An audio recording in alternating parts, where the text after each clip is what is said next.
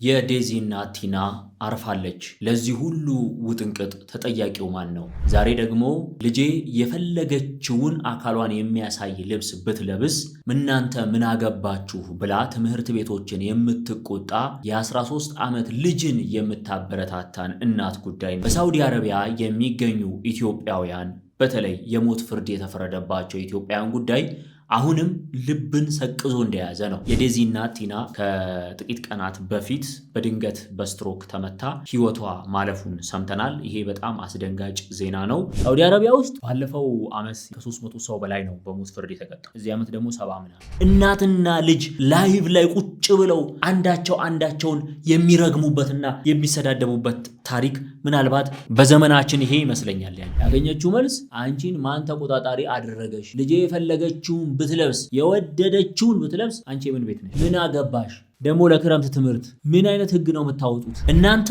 እናቶቻችሁን እያንቆለጳጳሳችሁ በሌላችሁ አቅም ተጣጥራችሁ ለእናታችሁ የሆነ ነገር ያደረጋችሁ በሚዋደዱ እናትና ልጅ መሃል ግን ገብታችሁ እንዳግመኛ እንዳይገናኙ አድርጋችሁ ለያይታችኋል። የችግር ቁልፍ መፍቻ ገንዘብና ስልክ ነው ብለው ነው የሚያምኑት። ብልህ መሆን ለምን አቃተን? ልጆች ማሳደግ ላይ መውለዱ ላይ ጎብዘን ልክ እንደዛ አእምሮው ላይ መጨነቅ ያቆምነው ለምንድን ነው? ስነ ልቦናው ላይ መጨነቅ ያቆምነው ለምንድን ነው? ሳውዲ አረቢያ ውስጥ መጀመሪያ በድብደባና መሰል ጉዳዮች የተቀበሉህን የመጀመሪያ ቃልህን እንደ ማስረጃ ይዘው በሱ ሲያሹ ከከረሙ በኋላ ነው የሚያስፈርዱ። ይህ ኢትዮቪዥን ሚዲያ ነው። በሀገር ውስጥና በውጭ ሀገር የተለያዩ ማህበራዊ ጉዳዮች ላይ ሀሳቦች ለጉድ ይሰጡበታል፣ በተለያየ አቅጣጫ ይታዩበታል። የትም ቦታ ያልሰማችኋቸውን አስገራሚ አሳዛኝና ግሩም ታሪኮችን እንዲሁም ቃለ መጠይቆችን እዚህ እኛ ጋር ታገኛላችሁ። ከዚያ ውጪ ሌሎች በርካታ ጉዳዮች በኢትዮቪዥን ሚዲያ ተዘጋጅተው ለናንተ ይቀርባሉ። ከናንተ የሚጠበቀው ሰብስክራይብ እያደረጋችሁ መወዳጀት፣ በፌስቡክም ፎሎ ማድረግ ነው። በሚያሳዝነው እናዝናለን፣ በሚያስቁት እንስቃለን፣ በሚያዝናኑት እየተዝናናን እኛም እናንተም በጉዳዩ ላይ ሐሳቦችን እንሰጣለን። ይህ ነገር ልክ ነው፣ ይህ ነገር ልክ አይደለም የሚለውን ከተለያየ ሚዛን አኳያ እያነሳን እናወራለን እንጂ በማንም ላይ አንፈርድም። ኢትዮቪዥን ሚዲያ፣ ከመፍረድ እንመለስ። እግዚአብሔር ይመስገን ነግቷል። የዴዚ እናት ቲና አርፋለች። ለዚህ ሁሉ ውጥንቅጥ ተጠያቂው ማን ነው? ዛሬ ደግሞ ልጄ የፈለገችውን አካሏን የሚያሳይ ልብስ ብትለብስ እናንተ ምን አገባችሁ ብላ ትምህርት ቤቶችን የምትቆጣ የ13 ዓመት ልጅን የምታበረታታን እናት ጉዳይ እንመለከታለን። በሳውዲ አረቢያ የሚገኙ ኢትዮጵያውያን በተለይ የሞት ፍርድ የተፈረደባቸው ኢትዮጵያውያን ጉዳይ አሁንም ልብን ሰቅዞ እንደያዘ ነው። ከዚያው የሞት ፍርድ ከተፈረደበት ከአንድ ኢትዮጵያዊ ከሳውዲ አረቢያ የተላከ መልእክትን ወደ እናንተ እናደርሳለን። ሌሎች ጉዳዮችንም እናነሳለን። ኢትዮቪዥን ነው። አዲስ ህንጻ እይታችን ጀምሯል። እናንተ ሰብስክራይብ አድርጉ። እንደምንም 1000 ሰብስክራይበር እንግባ። ዛሬ ገፍታችሁ በግፊም ቢሆን 1000 ሰብስክራይበር አስገቡ። በቃ ዛሬ እቺን ቀን አንረሳትም። ከዛ በኋላ እኛ ሰብስክራይብ አድርጋችሁ ተወዳጁን። አዲስ ከሆናችሁ በተለያዩ ጉዳዮች ላይ ሐሳቦችን የምናነሳ ኢትዮቪዥኖች ነን። ሐሳባችሁንም በኮሜንት አጋሩን፣ ላይክ አድርጉ። ቪዲዮውን እስከ መጨረሻው ድረስ እዩት። መላኩ ይልማ ከእናንተ ጋር ቆይታ አድርጋለሁ። ወደ መጀመሪያው ጉዳይ ያለፍን። የዴዚ እናት ቲና በድንገት ህይወቷ ማለፉ ተሰምቷል። በማህበራዊ ትስስር ገጽ በእንግሊዘኛ ቃና በምትናገራቸው ንግግሮች ዝናን ያተረፈችውና ኋላ ላይ ደግሞ በማህበራዊ ሚዲያ ላይ ከተዋወቀችው ሰው ጋር በጀመረችው የፍቅር ግንኙነት ምክንያት ከእናቷ ጋር ከፍተኛ የሆነ አጣብቂኝ ውስጥ የገባችውን ዴዚን ብዙዎቻችሁ ታስተዋውሳታላችሁ ወይም ታቋታላችሁ ብዬ አስባለሁ። የዴዚ እናት እንግዲህ ለረጅም ጊዜ ከልጇ ጋር በማህበራዊ ሚዲያ ላይ የወጣ እና ለብዙዎች ጆሮ የደረሰ ጠብ ውስጥ ከገባች በኋላ ከጥቂት ቀናት በፊት በድንገት በስትሮክ ተመታ ሕይወቷ ማለፉን ሰምተናል። ይሄ በጣም አስደንጋጭ ዜና ነው። እንግዲህ ነፍሷን በአጸደ ገነት ያሳርፈው። ለልጆቿ ሁሉ መጽናናትን እንመኛለን፣ ለዴዚ ጨምሮ። እንግዲህ እናት ለልጆቿ የምትከፍለውን ዋጋ ብዙዎቻችን ካደግን በኋላ ነው የምናስተውለው። ወይ አጥፍተን ወይ ደግሞ በተለያየ መንገድ ወይ አንዳንዱ ሙዚቃ ሲሰማ የሚያስታውስ አለ፣ አንዳንዱ መጽሐፍ ሲያነብ ትዝ የሚለው አለ፣ አንዳንዱ ፊልም ሲያይ ትዝ የሚለው አለ፣ አንዳንዱ ደግሞ በየቀኑ የእናቱ ውለታ ትከሻው ላይ የሚሸከመው ተሸክሞት የማይረሳው ደግሞ አለ። አንዲት እናቱ የነገረችውን ትዕዛዝ ትምህርትህን እንዳታቋርጥ የሚል ትዕዛዝ ተከትሎ የእናቱን አስከሬን ቤት ውስጥ ትቶ ሄዶ ፈተና የተፈተነን የ8ኛ ክፍል ተማሪን የሚመለከት ጉዳይ ሰሞኑን አጋርተናችሁ ነበር። በተመሳሳይ ዛሬም እንደዚሁ እናቷን ቀብራ ዘኔክስት ዴይ በቀጥታ ወደ ብሔራዊ ፈተና እየተጓዘች ያለችን እህት የሚመለከት መረጃ ማይቻለው። ሲጠቃለል ምንድነው በተለያየ መንገድ ከፋፍለን ነው የምንመለከተው። የእናቶቻችንን እናቶች ያደረጉልንን ነገር እናስታውሳለን ወይስ ኢግናይት የሚያደርገን የሚያስታውሰን ነገር እንፈልጋለን ወይስ በየቀኑ ተሸክመነው ነው የምንሄደው የሚለውን ነገር የተለያየ ነገር ነው እንደየሰው ማለት ነው። ግን አንድ ልናስተውለው የሚገባ ነገር እናቶች እኛ ቀልባችን ወይም ደግሞ ማስተዋላችን ከጀመረበት ጊዜ ጀምሮ አይደለም ማድረግ የጀመሩት። እኛ ማናስታውሳቸው እኛ በልጅነት አእምሮአችን ምክንያት ያልያዝናቸው ወይም ልብ ማንላቸው አልፎም ትልልቅም ሆነን እነሱ አድርገውልን እኛ ግን እንደ ጉዳይ ያልቆጠርናቸው እናቶቻችን በእኛ ምክንያት ያሳለፏቸው መቀመቅ የሚመስሉ ምሽቶችና ቀኖች አሉ። ሕፃን ሆናችሁ ልጅ ሆናችሁ እናቶቻችሁ በእናንተ ምክንያት ያሳለፏቸውን ሰቁቃና መከራዎች ነግረው አይጨርሱም፣ የሚጨርሷቸውም አይደሉም። የመጀመሪያ ነገር ማስተዋል ያለብን ይሄን እናት ለልጇ ማድረግ የጀመረችው ልጁ ሲያድግ አይደለም።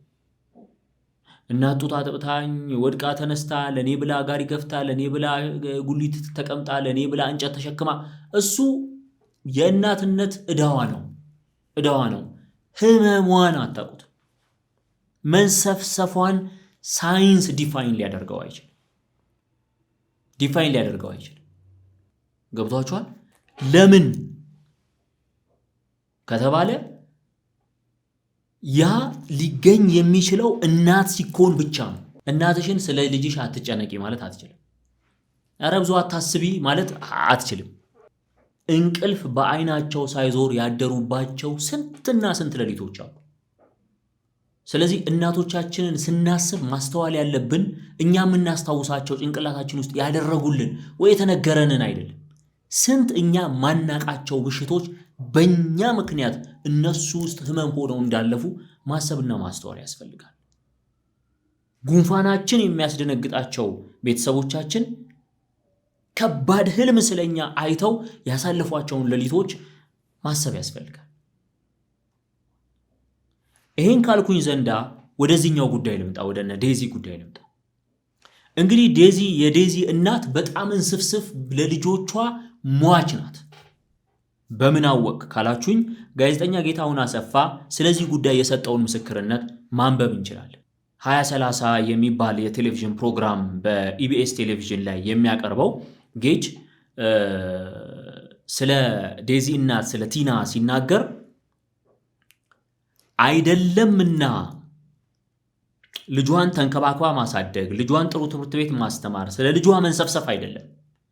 ልጇ በአንድ አጋጣሚ ዝነኛ በመሆኗ የተነሳ እሱ ሚዲያ ላይ እሱ ፕሮግራም ላይ ለመቅረብ ጥያቄ ሲቀርብ ማናጀሯ ነኝ እኔ እያንዳንዷ የምትጠይቃትን ጥያቄና እንዴት መመለስ እንዳለባት መጀመሪያ ካንተ ጋር ማውራት አለብኝ ነው ያለችው።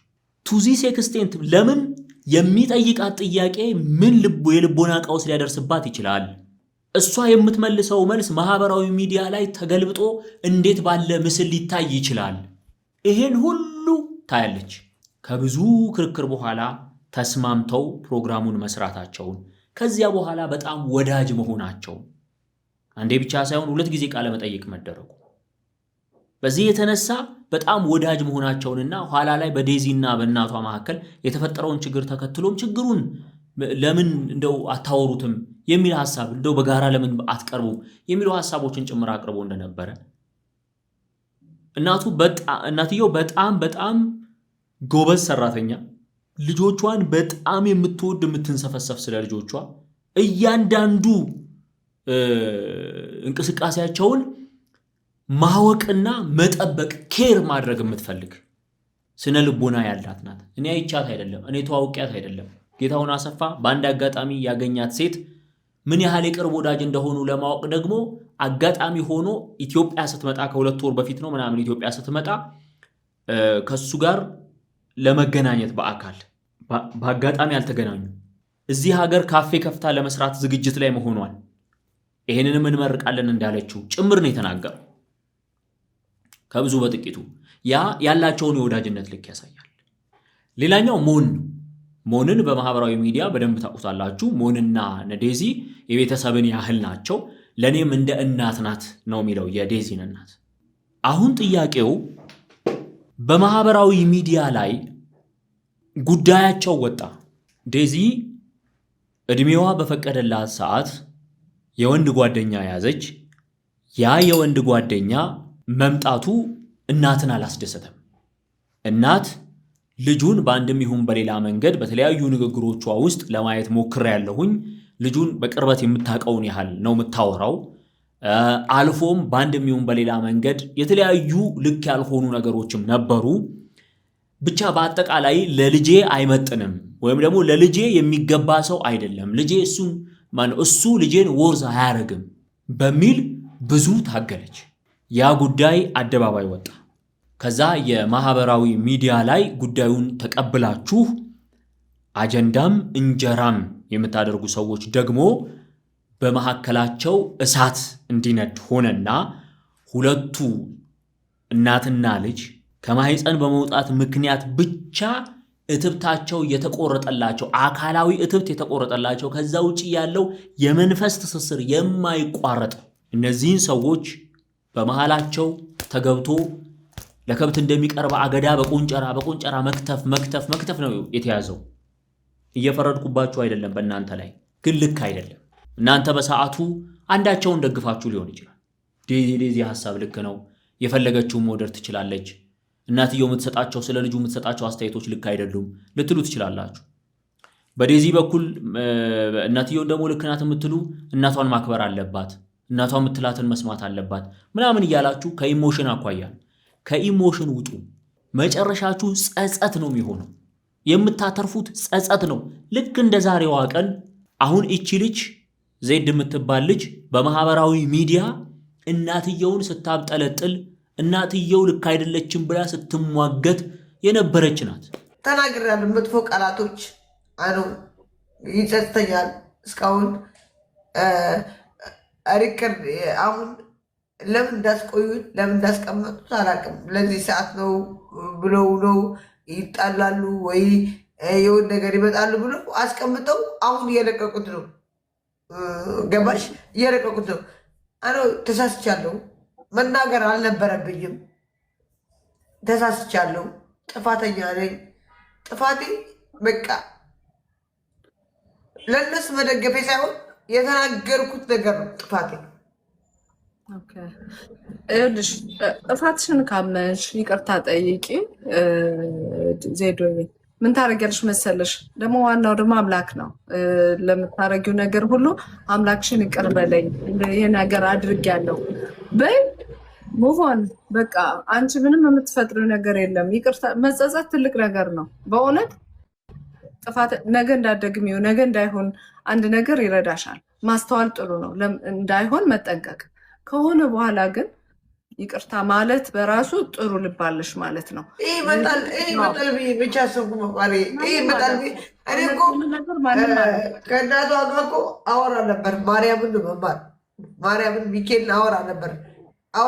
እነዛ ከተነጋገርን ቲክቶክ ላይ ያ አሁን ሪከርድ የምትሰሚው ያለችው ከዛ በኋላ እናወራ ነበር። እንደዚህ እኮ እንደዚህ ነው።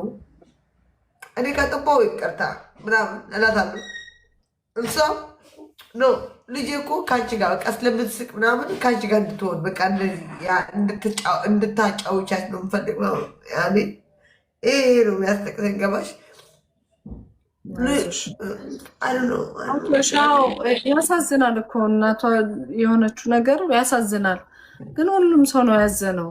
ስለዚህ አንቺ አምላክን ይቅር በለኝ አጥፍቻለሁ በይ፣ ይቅርታ በይ፣ ለሁሉም ሰው ይቅርታ በይ። በቃ ያልሽውን ዛሬ ይኸው እየየ እያለች እያለቀሰች ነው። አጥፍቻለሁ ብላ። የቤተሰብ ጉዳይ ነው። ስፔሻሊ የእናትና የልጅ የአባትና የልጅ ጉዳይ፣ የቦይፍሬንድ እና የገርል ፍሬንድ የባልና የሚስት ጉዳይ። እናት ልጇን ይቅርታ መጠየቅ ፈልጋለች። ይቅርታ ተቀብላ መኖር ፈልጋለች።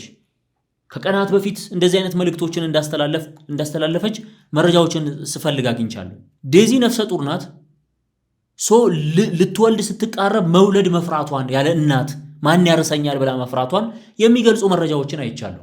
እነዚህ ሰዎች እርስ በርስ ከተነጋገሯቸው ነገሮች በላይ ማህበራዊ ሚዲያ ላይ ጉዳዩን አጀንዳ በማድረግ የያዝን ሰዎች ጫፍና ጫፍ ወጥረን እንደ ላስቲክ የምናጣብሳቸው ጉዳይ የሁለታቸው ጭንቅላት ውስጥ ማነቆ ሆኖ እንዳይገናኙ እንዳደረጋቸው መጠርጠር አይከብድም። የምናሳድረው ተጽዕኖ ምን ደረጃ ላይ እንደሚደርስ እስካሁን አልገባንም። አሁንም እዛው ነው ያለነው። እናት የልጇን ናፍቆት አንጀቷን እንደጨረሰው፣ ልጅ የእናቷን ናፍቆት ረሃብ እንደሆነባት እናት በድንገት ህይወቷ አለፈ። አታርፍድ። መቼ ምን እንደሚፈጠር አታውቁ። በማንኛውም ጉዳይ ላይ ቢሆን አታርፍዱ። ነገ ልትጸጸቱ በምትችሉባቸው ጉዳዮች ላይ አታርፍዱ። እናንተ እናቶቻችሁን እያንቆለጳጳሳችሁ በሌላችሁ አቅም ተጣጥራችሁ ለእናታችሁ የሆነ ነገር ያደረጋችሁ በሚዋደዱ እናትና ልጅ መሃል ግን ገብታችሁ እንዳግመኛ እንዳይገናኙ አድርጋችሁ ለያይታችኋል። ልክ አይደለም። ይሄ ከስሜት ወጣ ብንል ዳር ብንቆም ማየት እንችል ነበር። አይ ይሄ የማረገው ነገር ልክ አይደለም እንል ነበር። ግን ከስሜት አልወጣንም። በጣም ኢሞሽናል ሆነን ነበረ ጉዳዩን ስናጋግለው የነበረው። በጣም የተቆራረጡ ቪዲዮዎችን ስንል ነበረ። ላይቭ ላይ አስገብተን ሁለቱንም ስናጣብሳቸው ነበር በጥያቄና መልስ። እናትና ልጅ ላይቭ ላይ ቁጭ ብለው አንዳቸውን የሚረግሙበትና የሚሰዳደቡበት ታሪክ ምናልባት በዘመናችን ይሄ ይመስለኛል ያለው። እኛ ሀገር ውስጥ በጣም ትልቅ ስህተት ነው የተሰራው። የእናትና የልጅን ጉዳይ አደባባይ ይዞ አውጥቶ ከዛ እንደገና በየቀኑ እነሱን በዛ ልክ መሄድ። ልጆች እናቶቻችሁ ላይ አታርፍዱ። ልጆች የኔ የምትሏቸው ሰዎች ላይ አታርፉ። ይሄ ስለ ዴዚ የሚነገር አይደለም። ምክንያቱም የዴዚ ነገር ኦልሬዲ አበቃለ። እናቷ አረፈች። ከዚህ በኋላ እግዚአብሔር ያጽናናት፣ የሚያጽናናው መንፈስ ይላክላት እና ትበርታ። እሷም የልጅ እናት ትሁን። ከዛ የሰራቻቸው ስህተቶች ያስተምሯት፣ ጥሩ እናት እንድትሆን።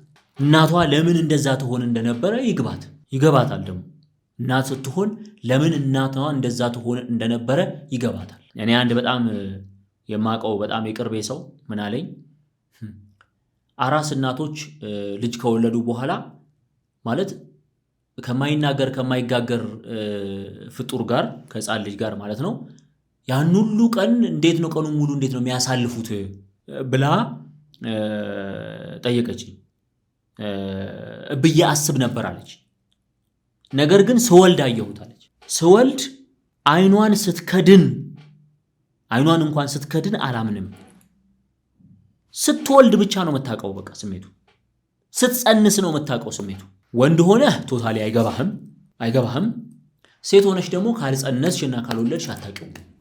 ዴዚ እንግዲህ ስትወልድ ታየዋለች ብዬ አስባለሁ። እንግዲህ ለእኔ ትልቁ ቁም ነገር የቤተሰብ ምርቃት ነው። እንደ ቀላል ነገር አትመልከቱት። ቤተሰቦቻችሁ ፖዚቲቭሊ የሚያዩላችሁ ነገር መልካም ነው። ሁሌ እነሱ በተቻለ አቅም በለስላሳ ልብ እንዲቀበሉት ማድረግ የእናንተ ሚና ነው። የትዳር አጋሮቻችሁ በቤተሰቦቻችሁ ዘንድ ጥሩ ተቀባይነት እንዲኖራቸው ማድረግ የእናንተ ሚና ነው፣ የእናንተ ኃላፊነት ነው። ስራ መስራት አለባችሁ። ቀዳዳዎችን መድፈን አለባችሁ። የትዳር አጋራችሁ እናንተ ካልፈቀዳችሁለት ስለ ቤተሰቦቻችሁ መጥፎ ነገር በእናንተ ፊት አያወራም፣ አእምሮውም አያስብም። እናንተ በር ካልከፈታችሁ ቤተሰቦቻችሁም ቢሆኑ ስለ ትዳር አጋሮቻችሁ እናንተ ባላችሁበት መጥፎ ነገር አያስቡም፣ መጥፎ ነገር አያወሩም። እናንተ በር ካልከፈታችሁ ጥቂት ማርፈድ፣ ጥቂት ገርበብ ማድረግ፣ በርን በቸልታ ማለፍ ጉዳዩን ማህበራዊ ሚዲያ ላይ ይዞት ይመጣል። ከዛ እንዲህ እድሜ ዘመናችንን ቁስልና ጸጸት የሚፈጥር ሐዘን ተሸክመን እንድንኖር ያደርገናል። ዛሬ ላይ መስል ይችላል፣ የረሳኸው ሊመስል ይችላል፣ ያለፈ ሊመስልህ ይችላል። ግን በእያንዳንዱ ቀን ልጅህ ባስቸገረ ቁጥር እናቴ ረግማኝ ነው ወይ የሞተችው ትላለህ። ያ እንዳይሆን ፈጣሪ ጠብቀን። በብዙ መንገድ ነገሮችን ማስተካከል የምንችልባቸው በጣም ሲሊ ትንንሽ ነገሮች። እናትና ልጅ ተጋጩ፣ ጉዳዩን አደባባይ ይዞ ከመውጣት የሚሻለው ሁለታቸው ማውራት ነው። አልተስማሙም በጉዳዩ ላይ አይደለ? ተኮራርፈው ቀሩ። ስለዚህ የእናቶች ቀን እንኳን አደረሰሽ፣ የልደታቸው ቀን እንኳን አደረሳችሁ፣ እንኳን አደረሰሽ፣ የዓመት በዓል ቀን እንኳን አደረሰሽ እየተባባሉ ቴክስት መላላክ ይቻላል። የትዳር አጋሮች ሚስትህ ወይም ባልሽ ከቤተሰቡ ጋር በእናንተ የተነሳ ግጭት ውስጥ ቢገባ በተቻለ አቅም ግንኙነታቸው እንዳይሻክር ማበረታታት ነው እንጂ እኛም ራሳችን ጉዳዩን ማጋጋል ልክ አይደለም። ልክ አይደለም። ሚስትህን ስታገባት 20 ዓመቷ ከነበረ 20 ዓመት የኖረችው ከነሱ ጋር አንተ ከምታቃት በላይ እነሱ ያውቋታል። ልትወዳት ትችላለህ፣ ልታፈቅራት ትችላለህ፣ ዋጋ ልትከፍልላት ትችላለህ፣ መስዋዕት ልትሆን ትችላለህ። ማወቅና መስዋዕት መሆን ግን የተለያዩ ነገሮች ናቸው። አለርጂዋን እንኳን ካንተ ቀድመው እነሱ ናቸው የሚያውቁት። ባይ ኤኒ ሚንስ በሁለታችሁ ላይ አንድ ነገር ቢፈጠር ያንዳችሁ ቤተሰብ ነው የሚመጣው። ስለዚህ ይህንን ነገር በደንብ ማሰብ ያስፈልጋል። እኔ አሁን ስለ እነ ዴዚ እያወራሁ አይደለም። የእነ ዴዚ ጉዳይ በጣም አሳዛኝ ነው። በእነሱ ላይ ግን መፍረድ አንችልም። ልናደርግ የምንችለው አሁን ያለነው እኛ እንዴት አድርገን ነገሮችን ማስተካከል እንችላለን። አሁን የዴዚ እናት አረፈች። ሶ ኤቭሪዋን ጣቱን የሚጠቁመው ዴዚ ላይ ነው። አሁን ማህበራዊ ሚዲያ ላይ ጉዳዩን ሲያጋግል የነበረው ዳር የነበረው ይኸው ትናንት አጠፋን ያሉት እኛንን ጥፋተኞቹ ያሉት ሰዎች ወጥተው ይቅርታ እየጠየቁ ነው። ግን ትናንት ግፋ በለው ስንል የነበሩን ሰዎች እንደገና ወደ ኋላ ተመልሰን ደግሞ ግፊ በላት እንላለን። እህቶቿና ወንድሞቿ ብሌም የሚያደርጉት ከዚህ በኋላ በኤኒ ሚንስ ብሌም የሚያደርጉት እሷን ነው። ለዚህ ነገር መጥፋት በእናቷ ምክንያት ለገጠማቸው ሐዘን፣ እናትየው ለደረሰችበት ደረጃ። በሰው ህይወት ውስጥ ጣልቃ አትግቡ። የራሳችሁ ህይወት ውስጥ ሰውን ጣልቃ አታስገቡ። ጉዳዮችን በተለይ ፕራይቬት ጉዳዮቻችሁን ማህበራዊ ሚዲያ ላይ ይዛችሁ አትውጡ። ለማንኛውም ይሄ ነገር ልክ አይደለም። በሞራልም ብናየው በስነ ልቦናም ብናየው የሚያደርሰው ነገር ጉዳዩ ብዙ ነው። አሁን ትናንት አጠፋን ያላችሁ ሰዎች ደግማችሁ ደግሞ ዴዚን እንዳታጠፏት ተጠንቀቁ። እቺ ልጅ ከዚህ በኋላ ከመውለድ ጋር ተያይዞ የሚመጣ ዲፕሬሽን አለ። ብዙዎቻችሁ እናቶች ከሆናችሁ ታውቁታላችሁ፣ ወይም በማህበራዊ ሚዲያ ላይ ሲነገር ትሰማላችሁ። ይሄ ከፕሬግነንሲ ጋር የነበረው ይሄ ድካሙ ኤቭሪ ጭንቅላትህን በሙሉ ፎከስህ ፕሬግነንሲ ላይ መሆን፣ ከዛ በኋላ እሱን እያሰቡ መኖር፣ ከዛ በኋላ ስትወልደው ከወለድከው በኋላ ያለ አንድ ዲፕሬሽን አለ። አዲስ ስሜት ነው። የስሜት መዋዠቅ ያጋጥማል። እሱ ላይ ሐዘን ይደመርባታል እቺ ልጅ። እሱ ላይ ብሌሚንግ ይደመርባታል። ጣት መጠቆም፣ አንቺ ነሽ ለዚህ ሁሉ ያበቃሻት የሚል ሌሎች ነገሮች ተደራርበው ልጅቷ ችግር ውስጥ እንዳትሆን የቅርብ የሆናችሁ ሰዎች ቅርቧ ሁኑ፣ አጠገቧ ሁኑ፣ ትሪት አድርጓት። ማህበራዊ ሚዲያ ላይ ጉዳዩን አጀንዳ የምታደርጉ ሰዎች ከዚህ ተማሩና ልጅቷ ህይወቷን እንድትኖር ተዋት። ይህን ነገር በደንብ ማስተዋል ያስፈልጋል። አታርፍዱ፣ ተዋቸው የሚሉትን ነገሮች ካነሳም በኋላ ግን የልጆቻችንን አስተዳደግ ጉዳይ እግረ መንገድ ብናነሳው ጥሩ። ልጆቻችንን በጣም እንወዳቸዋለን፣ በጣም እናፈቅራቸዋለን፣ ለነሱ በጣም እንሳሳለን። እኛ ያለፍነውን አይነት ሐስል እነሱ እንዲያልፉ ስለማንፈልግ በቻልነው አቅም የዚህ ዘመን ልጅ ተለቅቶም ምን ተብሎም እንደው ድልቅቅ እንዲል ይፈልጋል። ልጆቻችን ዛሬ የምናስተምርባቸው ትምህርት ቤቶች ስንት ነው የምንከፍለው? ከዛ ደግሞ ፉክክር አለ፣ ደግሞ ከጓደኛ ጋር ከእህት ከወንድም ጋር ከምናምን ጋር ፉክክር አለ። እንደዚህ አይነት አጋጣሚዎች ሲፈጠሩ ህይወታችንን በሙሉ ጥለን ለነሱ ነው የምንለፈው። ትናንትና ያለፉ ሰዎች ምን በዚህ ዘመን ምን ወላጅነት አለ ይላሉ። ወላጅነት ተቀይሮ አያውቅም። የሥራ ባህሉ ነው የተቀየረው። አሁንም ህይወታቸውን ለልጆቻቸው የሚሰጡ ገና በልጅነት ዕድሜያቸው ብዙ አይነት ህመም የተሸከሙ እናትና አባቶች አሉ፣ በጣም ወጣቶች። ለልጆቻችን ብዙ ነገር እናደርጋለን። ልጆቻችንን ለማሳደግ ብዙ ዋጋ እንከፍላለን። አሁንም እንደ አጋጣሚ ሆኖ ለልጆቻችን ያለንን ፍቅር እና እንክብካቤ የምንገልጥባቸው መንገዶች ደግሞ የተለያዩ ናቸው። የድሮ እናትና አባቶቻችን ልጆቻቸውን እወድሃለሁ እወድሻለሁ የሚያሳዩት በተግባር ነው። ልጆቻቸው ቆፍጠን ያሉ፣ ጠንካራ፣ ንቁ እንዲሆኑ ይፈልጋሉ። ስራ ወዳድ እንዲሆኑ ይፈልጋሉ። በተግባራቸው ያሳያሉ።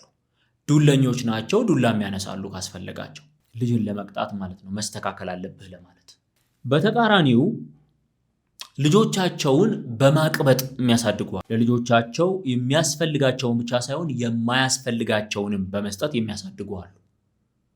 በምግባር በሃይማኖት የሚያሳድጓሉ። በስራ ባህል፣ በጥንካሬ፣ በፈተና የሚያሳድጓሉ። በቅንጦት ልጄ ጥፍሩን እንዳይቆርጥ እየተባለ የሚያድግ ልጅ ደግሞ አለ።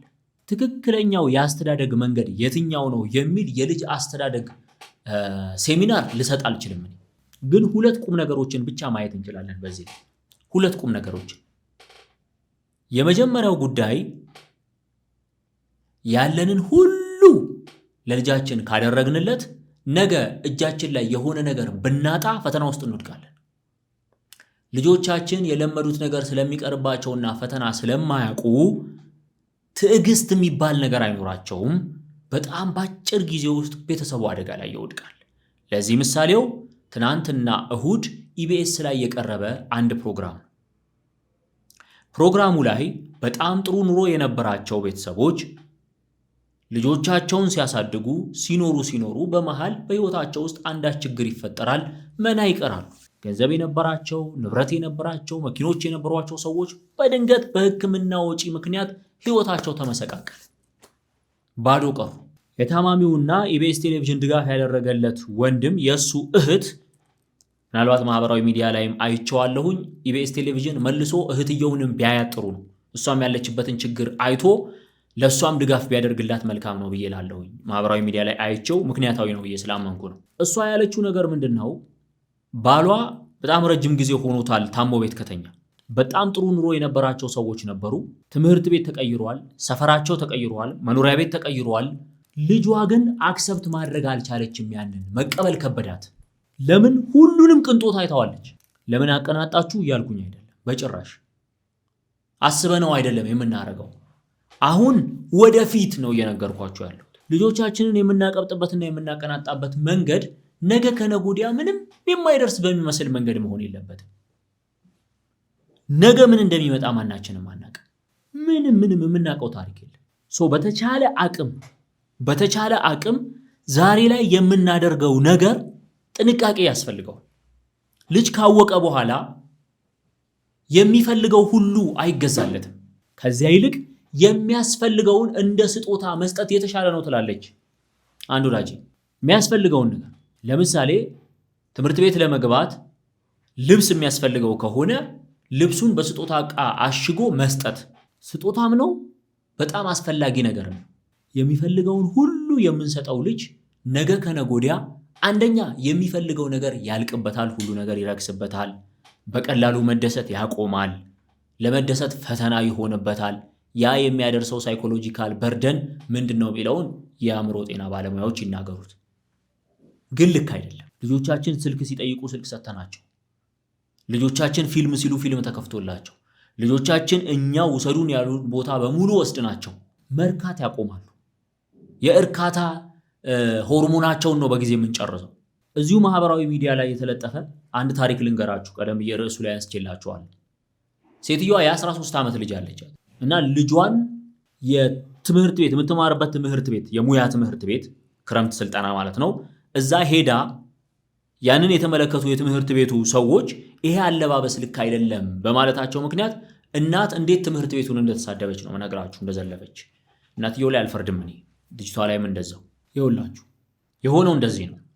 አንድ የሙያ ትምህርት ቤት አለ። ልጆች ወይም ታዳጊዎች በተለያየ መንገድ እንትናቸውን ቆፍረው እንዲያወጡ፣ ታለንታቸውን መክሊታቸውን እንዲያወጡ፣ ከዛ ደግሞ እንደው የሚወዷቸው ነገሮች ካሉ ደግሞ እነዛን ነገሮች እንዲሰሩ ተብሎ የተለያዩ የክረምት ስልጠናዎች አሉ። ታውቃላችሁ።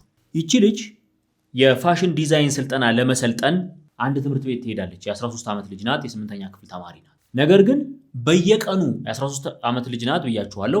በየቀኑ ለብሳቸው የምትመጣቸው ልብሶች አስተማሪዎቿን በጣም ኮንፈርት ይነሳቸዋል። የትምህርት ቤቷን ባለቤት ጨምሮ ኮንፈርት ይነሳቸዋል። ምቾት አይሰጥም። እድሜዋ ትንሽ ነው፣ ግን ሙሉ የውስጥ አካሏን የሚያሳይ ልብሶች ለብሳ ትመጣለች። የ13 ዓመት ልጅ አሁን ለሷ እንደዛ አይነት ልብስ ለብሶ መምጣት የሚያስገኘው ፕሌዠር ምንድን ነው? ያንን ለማግኘት ፕሌዠሩን ለማግኘት የሚያስችለውን የአእምሮ ደረጃ ደርሰዋለች ወይ የሚለውን እኔ አላውቅም። ግን በፋሽን መደሰት የሚለው ወይም ደግሞ ፋሽንን አንደርስታንድ ማድረግ የሚለው ነገር ከስንት ዓመት ይጀምራል የሚለውን ጥያቄ ለእናንተ ልተው። የምትለብሰው እንደዛ አይነት አለባበስ ነው። አንድ ቀን ሁለት ቀን ይቆጣሉ ተይላሉ አይሆንም። ስልኮች ይዛ ትመጣለች ትምህርት ቤት። ይህን ጊዜ ግራ የገባት ትምህርት ቤቷ ባለቤት ትሁን ዳይሬክተር እናት ጋር ስልክ ትደውላለች። ከእናትየው ጋር ስልክ ካወሩ ሰላም ከተባባሉ በኋላ እረ ልጅሽ ከእናንተ ተደብቃ ልብስ ይዛ እየወጣች ነው መሰለኝ፣ የምትለብሰው ልብስ አለባበሷ ልክ አይደለም፣ እንዴት ነው ይሄ ነገር ብላ እሷ ሪፖርት ለማድረግ ነው። ቤተሰብ ሊፈቅድ አይችልም ብላ እንዲህ ያለውን አለባበስ ቤተሰብ ሊፈቅደው አይችልም ብላ አስባና ገምታ ነው ያገኘችው መልስ። አንቺን ማን ተቆጣጣሪ አደረገሽ? ልጄ የፈለገችውን ብትለብስ የወደደችውን ብትለብስ አንቺ ምን ቤት ነሽ? እኛ በስልጠና ማዕከላችን ያለባበስ ኮድ አለን፣ ህግና ስርዓት አለ። በዛ ላይ ልጅ ናት፣ ታዳጊ ናት። እንዴት እንደዚህ ትያለሽ? ምን አገባሽ? ደግሞ ለክረምት ትምህርት ምን አይነት ህግ ነው የምታወጡት? አይነት መልሶች ሰጣ ገባዎች ይፈጠራሉ። መጨረሻ ነይና ልጅሽን ውሰጂ ብለው መልእክት እንዳስተላለፉ ነው እንግዲህ የምትናገረው ልጅቷ። እንግዲህ ልጆቻችንን የምናሳድግበት መንገድ አንዱ ማሳያው ይሄ ነው። ዛሬ አይመስልንም። ዛሬ ልጆቻችን የወደዱትን እኛን እንዲወዱን ምርጥ ወላጅ እንድንባል አራዳ ወላጅ እንድንባል ብለን የምናደርጋቸው ነገሮች አሉ። በጣም በጣም በጣም በትጋት እንሰራለን፣ በትጋት ገንዘብ እናገኛለን። ከዛ በኋላ ገንዘባችንን በሙሉ ልጆቻችን ላይ ኢንቨስት ማድረግ እንፈልጋለን። ከዛ በኋላ ኢንቨስት ስናደርግ ግን የፈለጉትን ነገር እናደርግላቸውና መጨረሻ ጠባቸውን ማህበራዊ ሚዲያ ላይ ይዘውት ይወጣሉ። ለምን? የሚያውቁት ስልካቸውን የችግር ቁልፍ መፍቻ ገንዘብና ስልክ ነው ብለው ነው የሚያምኑት። ብልህ መሆን ለምን አቃተን? ልጆች ማሳደግ ላይ መውለዱ ላይ ጎብዘን በአካላዊ ቁመና በሚበሉት ምግብ ተጨንቀን ነው። እንደው እንደ ድሮ ልጅ አይደለም። ያሁን ልጅ ምግብ ተፈጭቶለት እንትን ነው፣ ፕሮቲን አለው ወይ ካርቦሃይድሬት አለው ወይ ምናምን ተብሎ ነው ምግብ የሚበላው። ልክ እንደዛ አእምሮው ላይ መጨነቅ ያቆምነው ለምንድን ነው? ስነ ልቦናው ላይ መጨነቅ ያቆምነው ለምንድን ነው? ልጆቻችን ቶሎ ቁጡ፣ ልጆቻችን ቶሎ ተስፋ የሚቆርጡ፣ ልጆቻችን ትዕግስት ያጡ፣ ልጆቻችን በብዙ መንገድ ሰንፈው በስነ ልቦና እንዲያድጉ የምናደርገው እኛ ነን። አንዲት የ13 ዓመት ልጅ በየትኛውም ሚንስ የፈለገችውን ትልበስ አይባልም። ኦፍኮርስ ስለ ልጃችሁ የምታውቁት እናንተ ናችሁ። ልጃችሁ እንዴት ማሳደግ እንዳለባችሁ ማንም ሊያስተምራችሁ አይችልም። ግን ደግሞ አደጋውን ማየት ጥሩ ነው። ከዴዚ የምንማረው ይሄንን ልጃችንን ተንሰፍስፈን እኔ ዴዚ እናት ልጇን እንዴት እንዳሳደገቻት ባላቅም፣ ነገር ግን ዴዚ ማህበራዊ ሚዲያ ላይ ከወጣች በአንድም ይሁን በሌላ መንገድ እንዲህ ያሉ መንገዶች አንድ ቀን በድንገት የሆኑ ነገሮች አይደሉም። የፈለገችውን ነገር በፈለገችው ጊዜ በማድረግ ነገር ግን ደግሞ ፕሮቴክቲቭ የምንሆንባቸውን ቦታዎች አለየናቸው። በአካል ልንቆጣጠራቸው እንሞክራለን። በአካል በር ልንዘጋባቸው እንሞክራለን። በአካል ይህንን አታገኝ ያንን አታገኝ ልንላቸው እንችላለን። አእምሮ የጠፋውን አእምሮ ክዶ ሌላ ቦታ የሄደን ሰው ግን አእምሮውን ማሰር አይቻልም። የልጆቻችንን አእምሮና ልብ የት እንደሚያደር ማወቅ ነው የኛ ኃላፊነት እንደወላጅ። ትምህርት ቤት ይሄ ነገር ልክ አይደለም ካለ ትምህርት ቤት ነው። የአስተማሪን ምክር መስማት ያስፈልጋል። እናንተ ወላጅ ናችሁ፣ ልታዩት አትችሉ። በወላጅ አንግል ነው የምታዩት። ምን ጊዜም ቢሆን መምህር ሲሆን ሁሉንም ተማሪ በእኩል አይን ማየት ስላለበት የሚያያቸውን ስህተቶች አይደብቅም። ስለዚህ ልክ አይደለም ብሎ ያመናቸውን ነገሮች በሙሉ ለእናንተ ያደርሳል። ይህንን ነገር ማስተዋል ያስፈልጋል። ስለዚህ ልጆቻችን አስተዳደግ በጣም ትልቅ ቁም ነገር የሚጠይቅ ጉዳይ ነው ማለት ነው። ወደ ቀጣዩ ጉዳያችን እንለፍ። ቀጣዩ ጉዳያችን የሚሆነው በሳውዲ አረቢያ የሚገኙ ኢትዮጵያውያን ጉዳይ ነው። ሞት የተፈረደበት ኢትዮጵያዊ ከወደ ሳውዲ አረቢያ የላከው መልእክት አለ። እዛ ሀበሻ ላይ ካነበብኩት ውስጥ እኔ ጥቂት ጉዳዮችን ብቻ ላንሳ። እንግዲህ በጣም በርካታ ሰዎች በተለይ የውጭ ሀገር ዜጎች ሳውዲ አረቢያ ውስጥ በሞት ፍርድ ይቀጣሉ፣ ህይወታቸውም ያልፋል። እንግዲህ ሳውዲ አረቢያ ውስጥ ባለፈው ዓመት ይመስለኛል ከ300 ሰው በላይ ነው በሞት ፍርድ የተቀጣው። እዚህ ዓመት ደግሞ 70 ምናምን። የሳውዲ አረቢያ መንግስት በዋነኝነት እንዲህ ያሉ የሞት ቅጣቶችን የሚያስተላልፈው ከከባድ ወንጀሎች በተጨማሪ በዋነኝነት የአደንዛዥ ዕፅ አዘዋዋሪዎችን። ይህ ሞት የተፈረደበት ኢትዮጵያዊ ታዲያ እንዴት ሊሆን እንዲህ ያለ ሁኔታ ውስጥ ወደቀ የሚል ነገር ስላለ ከሱ የምንማራቸውን 2 ጉዳዮች ብቻ እናነሳለን። የመጀመሪያው ነገር ጉዞ የምንሄድበት መንገድ ነው። ውጭ ሀገር የምንሄድበት መንገድ ነው። እሱ ነው ማተር የሚያደርገው። እንዴት ነው ሄድ ነው የሚለው። ይህ ከሳውዲ አረቢያ ሞት የተፈረደባቸው ሰዎች እስር ቤት ውስጥ የሞትን አፋፍ እየጠበቀ የሚገኝ ኢትዮጵያዊ ወጣት የላከው መልእክት ከሚያሳያቸው ቁም ነገሮች መካከል አንዱና ዋነኛው ስትሄዱ እዛ ለመኖር ስትሉ የምትቀጠሩበት ቦታ ለጊዜው መስመር ያለው ላይሆን ይችላል። ይሄ ኢትዮጵያዊ ምንድነው የሚለው በእረኝነት መቀጠሩን ይናገራል። ከኢትዮጵያ ተሰዶ በየመን በኩል ገብቶ ከየመን የሆነ ያህል ዓመት ቆይቶ ነው ከዛ በኋላ ሳውዲ አረቢያ የገባው። ሳውዲ አረቢያ እንደገባ እረኛ ሆኖ ይሰራ ነበር። እረኛ ሆኖ እየሰራ በመሃል ባለቤቶቹ የሆነ ስራ ልናሰራህ ነው ዕቃ ማመላለስ የሚል ስራ ልናሰራህ ነው ብለው ስራ ያስጀምሩታል። ያው እሱ ምንም የማውቀው ነገር የለም ነው የሚለው። ስራ ያስጀምሩታል። ያ ስራ ዕቃ ማመላለስ ነው። ዕቃውን ሲያመላልስ የሆነ ቀን ይያዛል። ሲያዝ አደንዛዥ ዕፅ ወይም ሐሺሽ መኪና ውስጥ ይገኝበታል። የሄደበት መንገድ ልክ ባለመሆኑ እየሰራ የነበረው ስራ አነስተኛ በመሆኑ ቶሎ የተሻለ ቦታ ለመድረስ ሲባል የወሰደው ድንገተኛ እርምጃ ሊሆን ይችላል። ለነዚህ ሰዎች ስራ ያሉትን ነገር የስራ አማራጭ መስራት ምንድነው ብሎ አለመጠየቅ፣ ስራውን ቼክ ለማድረግ አለመሞከር። ይሄ ነገር ሀፕን ካደረገ በኋላ የገባው ነገር እነዚህ ሰዎች ሐሸሻሾች ናቸው። ራሳቸው እንዳይጋለጡ በእንዲህ ያለ መንገድ ያገኟቸውን ሰዎች የጥቃቱ ሰለባ ያደርጋሉ። ስለዚህ አንደኛውና ዋነኛው ቁም ነገር ይሄ ነው። ይሄ ወንድማችን የተበላውና የሞት ፍርድ እስከ መፈረድ ያደረሰውን ጥፋት የፈጸምኩት በዚህ መንገድ ነው በማለት ይናገራል። ሌሎች በጣም በርካታ ኢትዮጵያውያን በእንዲህ ያለ መንገድ እያለፉ ነው። ሰው ምን ይሻላል? ሁለተኛው ጉዳይ እሱ የጉዞ መንገድ ይስተካከል እንዳንል ያለንበት ሁኔታ ይታወቃል። በተቻለ አቅም ግን አንዳንድ ጊዜ መክፈል ያለብንን ያህል ዋጋ ከምንከፍል ህጋዊው መንገድ የሚገኝበትን መንገድ መጠበቅ የተሻለ ሊሆን ይችላል። ፋታማ የሰጡ ጉዳዮች አሉ። የሥራ ሁኔታ፣ የኑሮ ሁኔታ፣ የቤተሰብ የኑሮ ሁኔታ፣ ብዙ ነገሮችን ልናነሳ እንችላለን። ፋታማ የሰጡ ጉዳዮች ናቸው አውቃለሁ። ግን ስቲል ተስፋ አለን። ያንን ተስፋ ይዘን በተቻለ አቅም መትጋት፣ መስራት፣ ውጭ ሀገር መሄድ ካለብን በትክክለኛው መንገድ መሄድ ከብዙ ነገር ያተርፈናል። ቁጥራቸው በርከት ያሉ ኢትዮጵያውያንን ጨምሮ ሌሎች ሀገር ዜጎች በሳውዲ አረቢያ በአንድም ይሁን በሌላ መንገድ በተለያዩ ወንጀሎች ተጠርጥረው የሞት ፍርድ ተፈርዶባቸው ሰቆቃ ውስጥ ነው ያሉት።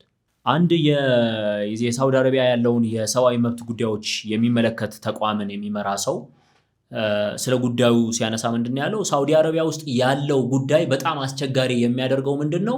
የሚፈረድብህን ፍርድ የምታውቀው መጨረሻ ላይ ነው። ከዛ ውጪ ባለው የህግ ሂደት ተከሰስ ከምትቀርብበት ቀን ድረስ ማለት ነው ያለውን የህግ ሂደት የሚያስረዳህ ሰው አታገኝ፣ አስተርጓሚ የለም። ይሄ ሞት የተፈረደበት ኢትዮጵያዊ ይፋ እንዳደረገው ከሆነ በኤሌክትሪክና በሌሎች መግረፊያ መንገዶች በሙሉ ተጠቅመው ገርፈውት ነው የመጀመሪያ ቃሉን የተቀበሉት። እኚህ ዳይሬክተርም የዚህ በሳውዲ አረቢያ ያለውን የመብት ጥሰትን የሚመለከት እንቅስቃሴን በመሞገት የሚታወቀው የመብት ተሟጋች ድርጅት መሪም የገለጹት ይሄንን ሳውዲ አረቢያ ውስጥ መጀመሪያ በድብደባና መሰል ጉዳዮች የተቀበሉህን የመጀመሪያ ቃልህን እንደ ማስረጃ ይዘው በሱ ሲያሹ ከከረሙ በኋላ ነው የሚያስፈርዱበት።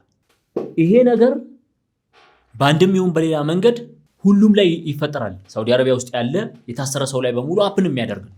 ስለዚህ ከፍተኛ የሆነ ድጋፍ ያስፈልጋል። ፍርድ ቤት ስትቀርብ ማንም የለህም፣ ጠበቃ የለም፣ መንግስት የሚቀጥርልህ ጠበቃ የለም፣ የሰብአዊ መብት ተሟጋች የለም፣ የኢትዮጵያ ኤምባሲ የለም። በድንገት ትወሰዳለህ። ፍርድ ቤት ነህ። ቀጠሮ ሲሰጥ ተመልሰህ ትመጣለህ። ይሄ በጣም ትልቅ ትኩረት የሚሻ ጉዳይ ስለሆነ የኢትዮጵያ መንግስትም እዛ ያለውም ኤምባሲ ጉዳዩን በትኩረት እየተከታተለ በሰላማዊ መንገድ ማለት ከቻለ በሰላማዊ መንገድ አልቆ ዜጎቻችን ወደ ሀገራቸው ቢመለሱ የሚል ጥሪ ለማስተላለፍ ነው። ክቡራትና ክቡራን ሰብስክራይብ ያደረጋችሁ እንደሆነ ተስፋ አደርጋለሁኝ። ኢትዮ ቪዥንን ነበር ስትከታተሉ የነበረው። መላኩ ይልማ ነበርኩኝ። ጥሩ ጊዜ እንዳሳለፋችሁ ተስፋ አደርጋለሁ። በላይክና በኮመንት አበረታቱን። በሌላ ቀን ደግሞ በሌላ ጉዳይ እንገናኛለን። እስከዚያው ድረስ መልካም ቀን ይሆንላችሁ። ይህ ኢትዮ ቪዥን ሚዲያ ነው። በሀገር ውስጥና በውጭ ሀገር የተለያዩ ማህበራዊ ጉዳዮች ላይ ሀሳቦች ለጉድ ይሰጡበታል፣ በተለያየ አቅጣጫ ይታዩበታል። የትም ቦታ ያልሰማችኋቸውን አስገራሚ፣ አሳዛኝና ግሩም ታሪኮችን እንዲሁም ቃለ መጠይቆችን እዚህ እኛ ጋር ታገኛላችሁ። ከዚያ ውጪ ሌሎች በርካታ ጉዳዮች በኢትዮ ቪዥን ሚዲያ ተዘጋጅተው ለናንተ ይቀርባሉ። ከናንተ የሚጠበቀው ሰብስክራይብ እያደረጋችሁ መወዳጀት፣ በፌስቡክም ፎሎ ማድረግ ነው። በሚያሳዝነው እናዝናለን፣ በሚያስቁት እንስቃለን፣ በሚያዝናኑት እየተዝናናን እኛም እናንተም በጉዳዩ ላይ ሐሳቦችን እንሰጣለን። ይህ ነገር ልክ ነው፣ ይህ ነገር ልክ አይደለም የሚለውን ከተለያየ ሚዛን አኳያ እያነሳን እናወራለን እንጂ በማንም ላይ አንፈርድም። ኢትዮቪዥን ሚዲያ፣ ከመፍረድ እንመለስ።